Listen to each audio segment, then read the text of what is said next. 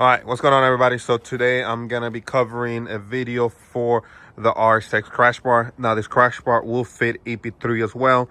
One thing about the Ep3 that I want to cover right now is it will not fit the JDM bumper, but it will fit the stock style bumper. Okay, so do be aware of it. We have tested it. It does not work. Okay, so there's a lot of questions that I get when it comes to putting this crash bars with the intercooler, and that is a very tight fitment. And the reason we done this is because we wanted to keep the bumper up tight as possible, because when you take your OEM crash bar, there's going to be a foam there, and when we do the crash bar, there's no way to put a foam, so we wanted to be able to still keep the bumper up high. So it is a very tight fitment, and there's a lot of trimming that needed to be required, and a lot of the guys don't understand that. These cars were not designed to be turbo. That's one of the first things you need to understand, that you are modifying a vehicle that is now going to be turbo, so modifications must be made. So do be aware of it. I'm going to be showing you guys all the tricks and tips that I done to get the perfect fitment, but do be aware, you have to trim the bumper. There's no way around it. If this is not something that you want to do, there's no way to put an intercooler in the front of an RS6 without trimming the bumper. Okay, so I'm gonna go ahead and take the bumper off and show you how it looks, and give you quick little tips in order to get it properly installed so you guys get the best fitment. So here we have the bumper off and we have the crash bar. Now I do offer the crash bar powder coated if you would like to. That's an option that I have there on the website. So you can see here how we have the intercooler and then and the bumper here, to give you a quick look on the inside how much trimming is actually required. Now this will vary from the 05 to 06, so I know the 05 06 is a little further out, so do be aware of it, but you still need to trim. And this is the furthest we could get the intercooler to sit back.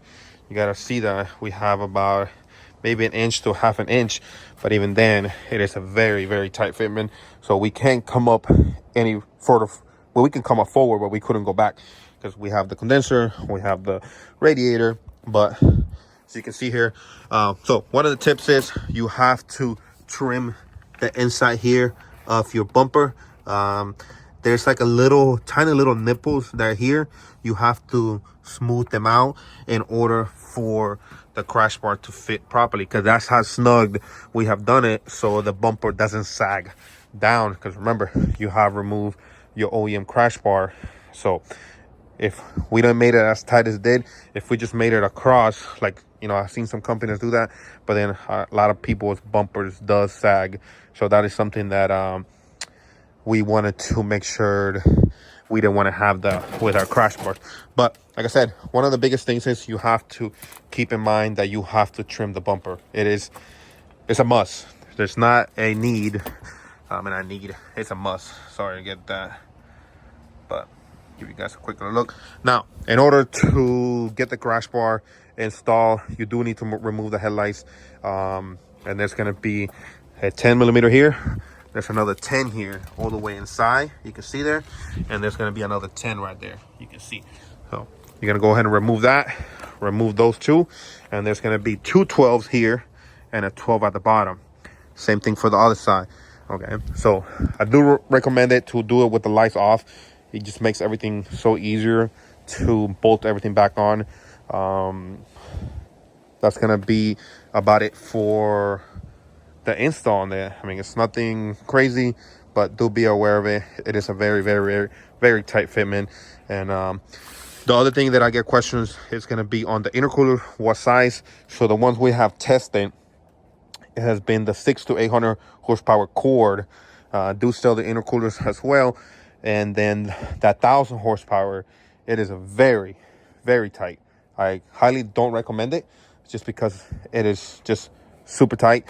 If you're not trying to make 800 to 1000, do not buy the intercooler.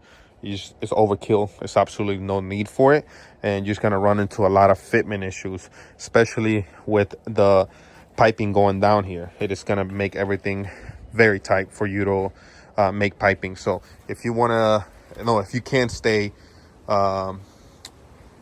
less than that, then that's going to be the ideal choice. We make 680 horsepower with this setup right here, as you see. And guys, I'll be honest, there's really no more that you need for the street. This thing spins just about every gear. And let me show you the tire size on this. So this is what I mean. It is it's more than you need. I think 500, 600. It's more than enough for a street RSX. And I really mean that. You can see here that I spin them like very, very heavy. You can see them there. Got the little stretch right there. But yeah, hopefully the video is helpful to you guys and able to see how everything fits. So you can see here we have bolted there. So hopefully the video helps you guys, but do understand that again, you're gonna have to trim the inside of your bumper very, very heavy. And like I said, one of the things that you have to do is gonna be here. Okay, and then after here, you can see how much I actually trim the inside of mine in order to get the intercooler not to rub on the bumper. Alrighty, so appreciate you watching, and hopefully the video was helpful to you guys.